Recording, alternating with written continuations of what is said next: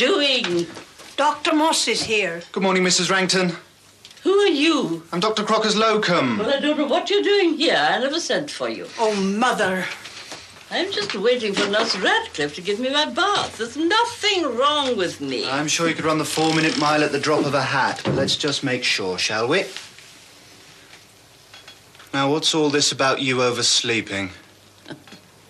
Well, if you must know, last night I said I'd see myself to bed. So when they'd gone up, I nipped into the sitting room and sat up half the night watching the football. oh, don't tell them. I wouldn't dream of it. Everything's fine.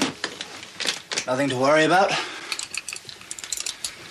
But you must take things easy, Mrs. Rankton, at your age. What do you mean, at my age? That's right. You're as young as you feel. Well, I hope I feel as good as you do at 92. You want to know the secret? Why not?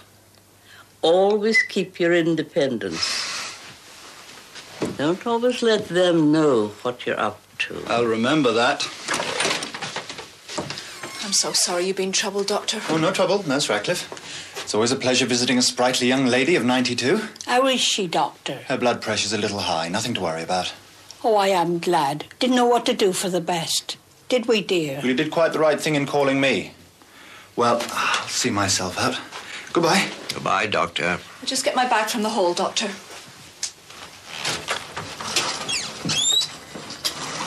Ah, Jim. Jim, come in. This is Chief Inspector Wexford. Enter the villainous medico. Good evening, Chief Inspector. What can I show you? The deed to Mrs. Rankton's house? Or the hammer? A crafty tap from which ensured an immediate subarachnoid hemorrhage strongly resembling a stroke. I don't think I'll trouble you with either of those two things, sir. Then, I understand that you were a witness to Mrs. Rankton's will. Yes, that's right, with Nurse Radcliffe.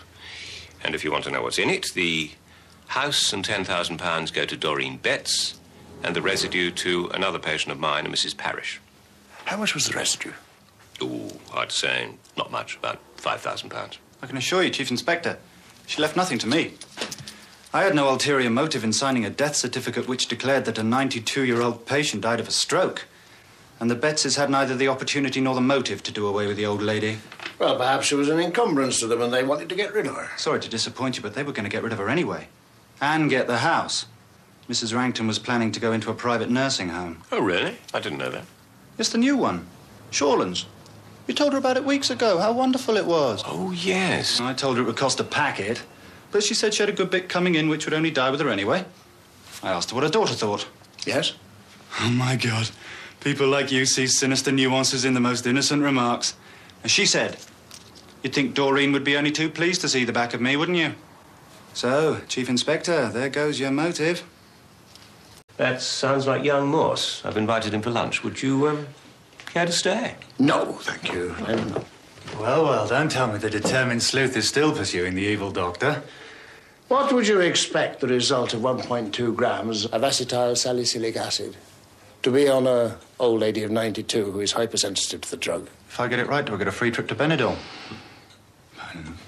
Dizziness, nausea, tinnitus. That's ringing in the ears.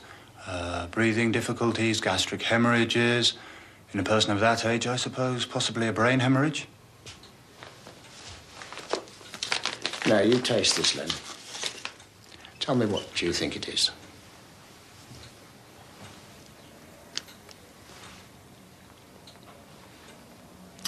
Well, I can't be sure, but it tastes like aspirin.